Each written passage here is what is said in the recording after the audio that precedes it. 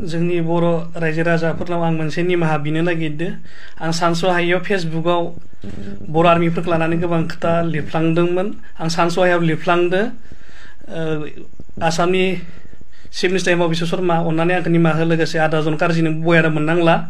अन्नानै रायजोफोरा आंखौ निमाहा होदो प्लिज आं दिनैनिफ्राय बेबायदि फेसबुकाव रावखौबो लिरला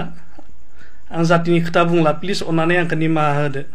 खुलुमबाय नोंथांमोनखौ गासैखौबो आं चेनेलाव फिन बरायफिननाय थाबाय थ' लोगोफोर नोंथांमोना भिडिअखौ नायनानै हमनो हाबाय जानांगौ